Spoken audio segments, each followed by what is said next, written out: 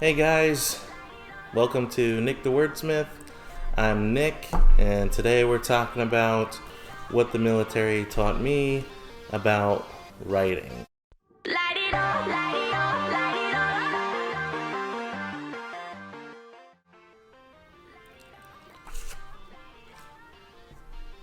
So, let's get the negatives out of the way. I feel like that might make things a bit easier. I did 6 years in the military, ended up as a specialist, military police. So that's kind of my broad background there. The first thing that most people definitely get hung up on is it's not an equal opportunity employer. Frankly, in my opinion, there's a good reason for that. It's sad for people that do want to serve their country and they can't. But unfortunately, that is the way it is. The thing that got me the most, which I've come to learn, is definitely not just the military, but there is some toxic leadership that you run into. In my personal case, it was a very small amount. I'd probably say like 20% of the leaders I ran into just had no business doing it, but 80% were people that I took as basically mentors for not only the military, but so many things that I've gone into professionally and otherwise. So the positives, right? The thing they teach you is selfless service. That's probably the biggest one. Generally speaking, you are definitely using your full potential. Maybe not 24/7, not like anybody could really do that as humans, but you find things in yourself that you never knew you had, spiritually, physically, when it came to exercise, and as far as that, you have a leader deep down, if you didn't already know. You get to express your patriotism in my opinion, the best way possible.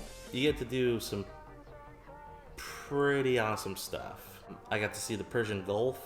You get to do obstacle courses, shoot guns, some martial arts training. I think the thing that carries with everyone in the military, whether you had a good experience or not, is the camaraderie. It is just something that you don't find anywhere else. And when you leave, you find that out pretty quick. It'll just never be the same. Completely befriending people that you never knew and had no reason to bump into otherwise. And these people are willing to give their life for you and you for them. And it's just such a humbling experience. So let's get into the writing part of this. You're probably like, hey, what does this have to do with writing? So it's all the facets that you gain and glean from this job. Just follows you in everything. If you've chosen to do anything with writing, this is where it really counts. First thing, discipline. You need to have your goals planned out and set up, and you need to make these deadlines sacred. In the military, if you miss a hit time, you are in some deep stuff, let's just say. And you should treat your work the same way. Don't be lazy with it. Why do it otherwise? Casual is kind of different than being lazy. If you want to write a page, 10,000 words, a couple paragraphs, whatever your goal may be, depending on the type of writing that you do, you need to set that up, give yourself a reasonable goal, and hit it by the time that you say. Nobody else is going to know unless you have like a publisher that gives you an actual deadline, in which case you already know you might not get paid, or at least paid the same. But yeah, you need to hold yourself accountable. For me personally, I am self-publishing my first collection of poetry, and I am doing that by the end of the summer. I have everything written down. I just have to go through the publishing process, and I feel like that's a pretty reasonable goal by the end of summer. I'm also working on an actual novel that I plan to have done by the end of the year, at least the first or second draft. My third thing is to keep up with social media. I do Instagram, I do TikTok, I do email, of course. I do this, YouTube, and Twitter, and it's a lot of irons in the fire, but I feel like if I'm keeping up with it weekly, lately I've been pretty good with it daily. But as a father with other obligations, I feel like that's a reasonable goal to set, and that's what I want to keep up for at least a full year. That's my goal. I'm sure I can definitely do that. By the end of that year, I will set a higher bar goal. Persistence. Okay, so writers, man, we just have like this beautiful thing in our heads that not everybody has, at least not in this way. Everybody has something. We like to use words as an art form, and a lot of people decide to express it, but then as soon as they run into their first speed bump, quit. It wasn't for me. I'll never be a good writer. Don't say that. Persist. If you're running into a wall, why don't you do some training, work on your craft, or just keep writing and then edit the next day. That's something you keep do. Push through. Keep going. That's definitely something that the military instills. Look up some YouTube videos on how to get a little bit better. Super fun times. Okay, so you can't not have fun. The whole point of being somebody that works in the arts is to do a job that you love to do. Like there's an old proverb, you do a job that you love to do, you never actually work a day in your life. That's what I seek for my life. And to do that, everything that you do cannot feel like a complete drag. You need to have some fun along the way. Write some other stuff if you get stuck. It's not completely gonna throw you off if you decide to write a little bit of poetry one day instead of your novel. Text everybody, write some letters. I got a typewriter here and I've been typing letters like crazy. Grandma loves to hear from you, and a typewritten letter goes so far. It's the effort, you know what I mean? In a legible way. I have pretty bad handwriting, as you can tell. You gotta have fun. In the military, we got obstacle courses. We have the shooting range, as I mentioned. I get to shoot M4s, M9s. I shot an AK-47 a couple times overseas.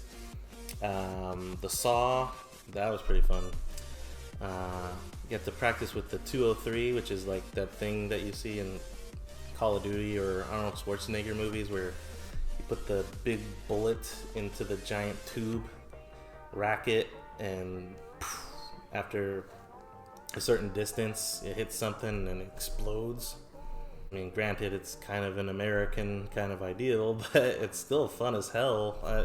I'm talking in the training environment, of course. You see what I'm saying here? Find a way to make your work fun for you. Confidence, man. Military teaches you confidence. My dad called the military man school, and he wasn't kidding. You're gonna get a little beat up, honestly.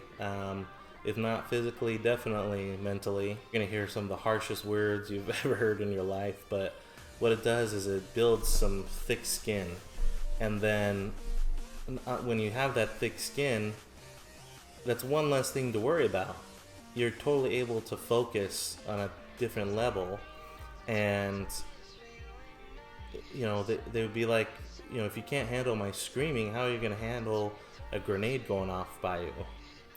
And that couldn't be more true, because they're both loud and annoying, and you know, when it first hits you, it's sometimes a bit scary.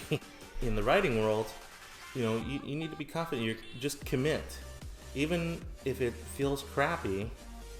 That's what the editing process is for. That's what your second draft is about.